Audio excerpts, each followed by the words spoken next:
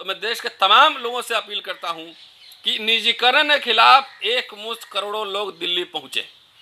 अडानी कहते हैं ना कि शैतान की आत्मा कहाँ थी, तो तोते के नाभि में थी। तो इनकी पूरी आत्मा पूंजीपतियों में। अब समय आ गया है कि निजीकरण के खिलाफ सड़क पे उतरने की, कि सब जड़ वहीं पे है, चाहे किसान, मजदूर, चाहे शिक्षा, प्रोफेसर, स्टूडेंट, सब ले लीजिए, सब जड़ वहीं है। आप सब साथी जानते हैं पिछले कई सालों से लगातार हम लोग संविधान बचाओ देश बचाओ मुहिम चला रहे हैं, और 5 मार्च को हमने रोस्टर के सवाल पर हमने भारत भी बंद किया था। उसके पहले 2 अप्रैल पे भी SC/ST के मुद्दे के सवाल पे भारत बंद हुआ था। सवाल है, जब बार बार कह रहे हैं कि संविधान खतरे में है, देश खतरे में है, तो देश कोई जमीन एक नहीं होता है, भूमि नहीं होता है, देश बनता है लोगों से। और संविधान सिर्फ एक किताब नहीं है, संविधान वो आत्मा, एक तरह से समझ लीजिए कि संविधान वो है, और संविधान लोगों के लिए है। We the people of India पहला लाइन है संविधान का। मेरे कहने का तात्पर्य यह है कि जब आज़ादी जब मिली तो संविधान कैसा बनाया गया था, एक वेलफेयर स्टेट, सबके विकास के अवसर उसमें होंगे, सबके विकास के अवसर होंगे। तो जय संविधान, उसके बाद नारा लगा जय जवान जय किसान। मोटा मोटी कहने की बात यह है कि जो अभी सरकार है, देखिए पहले की सरकारें ने भी शुरू किया है कलाकारी, उन्होंने भी की है, लेकिन तब भी एक मर्यादा था। कांग्रेस की रिजीम थी, UPA 2 में हम लोग लगातार रोस्टर के सवाल, विश्वविद्यालय के सवाल पर लगातार धरना प्रदर्शन करते रहे। मैंने कल डॉक्टर अंबेडकर के हवाले से मैंने कुछ बातें कही थी, आज वो रिपीट नहीं करूंगा, लेकिन उस समय सरकार कम से कम मंत्री बात करता था। आज इतिहास में पहली बार ऐसा है कि पहले आंदोलनकारी गड्ढा खोदते थे, सड़क जाम करते थे, अब सरकार नाकेबंदी कर रही है, गड्ढा खोद रही है। तो आप समझ लीजिए कि संविधान में आंदोलन करने का, प्रतिरोध करने का अधिकार हमें संविधान ही देता है। तो ये समझ लीजिए कि सरकार जो है, इसकी आस्था संविधान में नहीं है, और इनकी आस्था है जय धनवान, जय धनवान। अब क्यों कह रहे हैं संविधान खतरे? एक एक आप उठा कर देखिए, लगातार हर मुद्दे पे हम लोग ये बात कह रहे थे, ये संविधान विरोधी काम हो रहा है। पहले गाय मांस के नाम पे मुसलमानों को मारा गया, फिर CAA NRC आया, ये सरकार जो खुद नहीं करती है वो कोर्ट से करवाती है, सुप्रीम कोर्ट से।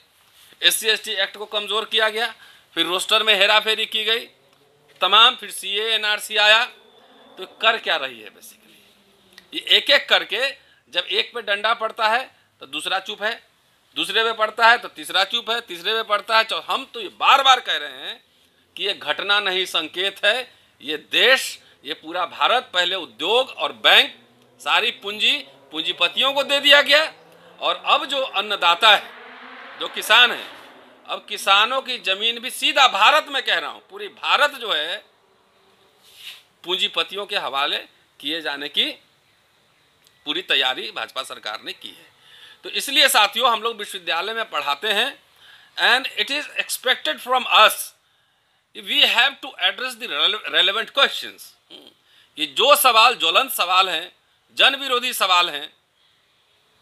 कई लोग पूछते हैं कि आपको डर नहीं लगता? हमने क्यों डर लगता है, हम संविधान के अंदर बात कर रहे हैं, कोई संविधान विरोधी बात थोड़ी ही कर रहे हैं।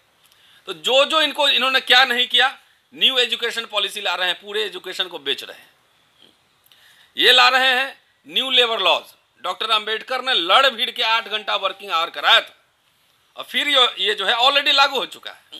ये ऑलरेडी लागू हो चुका है कि अब 12 घंटे मजदूर काम करते हैं, 8 घंटे का पैसा भी नहीं मिलता है। तो आप पूरा प्राइवेटाइजेशन कर रहे हैं, इंडस्ट्री आपसे चल नहीं रही है। अरे भाई, आप कह रहे हो प्राइवेटाइजेशन में कि प्रॉफिट नहीं हो रहा है। एक बात बताइए मुझे, आप सब तमाम पढ़े लिखे लोग हैं, देश की जनता से मैं एक सवाल पूछना चाहता हूँ कि कसाई अगर बकरा खरीदने जाता है तो दुबला पतला मरियल बकरा खरीदता है कि मोटा ताजा बकरा खरीदता है? पहले समझिए। तो अगर ये आपसे इंडस्ट्री नहीं चल रहा है, तो घाटे में चलने वाली इंडस्ट्री को ये पूंजीपति जो कि लाभखोर हैं, वो पतला बकरा खरीदेगा कि मोटा बकरा खरीदेगा?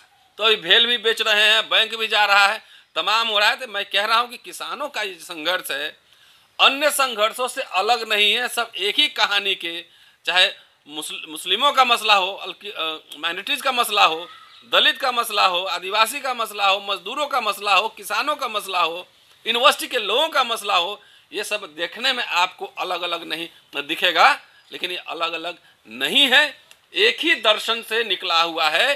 भाजपा आरएसएस सरकार, इन्होंने संविधान चलाया है, इतिहास से जाकर देख लीजिए, इनको भारत की आज़ादी में कोई इनका योगदान नहीं है, तो इनकी आस्था संविधान में नहीं है। तो एक एक करके सब पूरा देश को फिर से ये वित्तीय गुलामी इसको कहते हैं। अब अंग्रेज हुकूमत करने नहीं आएगा, अब अंग्रेज वहां से जो है अमेरिका एक चेक यहाँ पे बैंक में डालेगा और चेक से ही पूरा देश गुलाम हो जाएगा, एक चेक से गुलाम हो जाएगा। अब उसको पॉलिटिकल एस्टैब्लिशमेंट खर्चीला होता है ना, स्थापित करने की जरूरत नहीं है। देश का भूमि आपका, पानी आपका, चीनी आपका, मजदूर श्रम शक्ति आपका, सब कुछ आपका। वो एक चेक लेकर आएगा और यहाँ पे सारे संसाधन का इस्तेमाल करेगा, प्रॉफिट कमाएगा। अडानी का, जैसे कहते हैं ना कि श्रमिकों का कोई देश नहीं होता है, तो पूंजीपतियों का भी कोई देश नहीं होता है, कोई देश नहीं है। एक चेक के लाएगा, अडानी अंबानी का इंटरेस्ट, अमेरिका में बैठा पूंजीपति या इंग्लैंड में बैठा पूंजीपति का इंटरेस्ट एक ही है। तो इस पूरे देश को दोहन करने की, गुलाम बनाने की पूरी तैयारी है। ऐसा मोनोपोली की बात की अभी सुधांशु ने, कैसे रिलायंस ने ये की, पूरा ऐसा मोनोपोली बना देगा कि आपको यहाँ रहने के लिए जगह नहीं, उनके टर्म्स कंडीशन पे काम करिए, अगर नहीं करें तो आउट।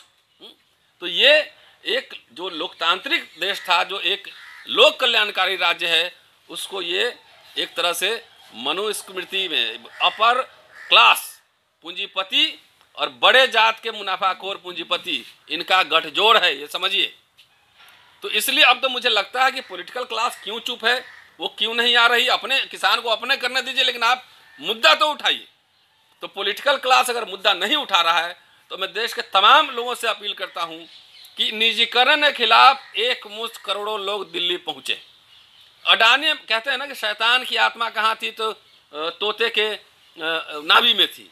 तो इनकी पूरी आत्मा पूंजीपतियों में। अब समय आ गया है कि निजीकरण के खिलाफ सड़क पे उतरने की, कि सब जड़ वहीं पे है, चाहे किसान, मजदूर, चाहे शिक्षा, प्रोफेसर, स्टूडेंट, सब ले लीजिए, सब जड़ वहीं है, मुनाफा बेसिक बात है। तो अब समय आ गया है कि सारे पूंजीपतियों की संपत्ति का राष्ट्रीयकरण हो, सारा राष्ट्रीयकरण हो, और इसको लेकर चाहे 5 साल लगे, चाहे 10 साल लगे, क्योंकि पूंजीपति जो पैसा कमाते हैं वो कोई ऊपर से उनको चेक नहीं आया था आकाश से। इस देश के मजदूर, किसान के मेहनत से जो कमाया हुआ पैसा है, वो कमाया हुआ पैसा ये लूट मचा रहे हैं, तमाम किसानों को पूरा भूमिहीन मजदूर बनाएंगे। तो इसलिए इस बिल के खिलाफ हम लोग हैं।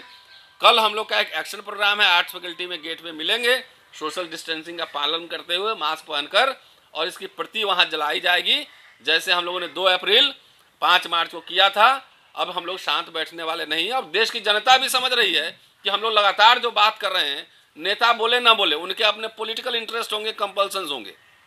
हम यूनिवर्सिटी में हम लोग पढ़ाते हैं, और कम से कम बुद्धिजीवी होने के नाते ये हमारी नैतिक जिम्मेदारी है कि जब देश और संविधान खतरे में हो तो अपनी आवाज़ बुलंद करें, अपनी आवाज़ को मुखर करें। शुक्रिया साथियों, जय भीम।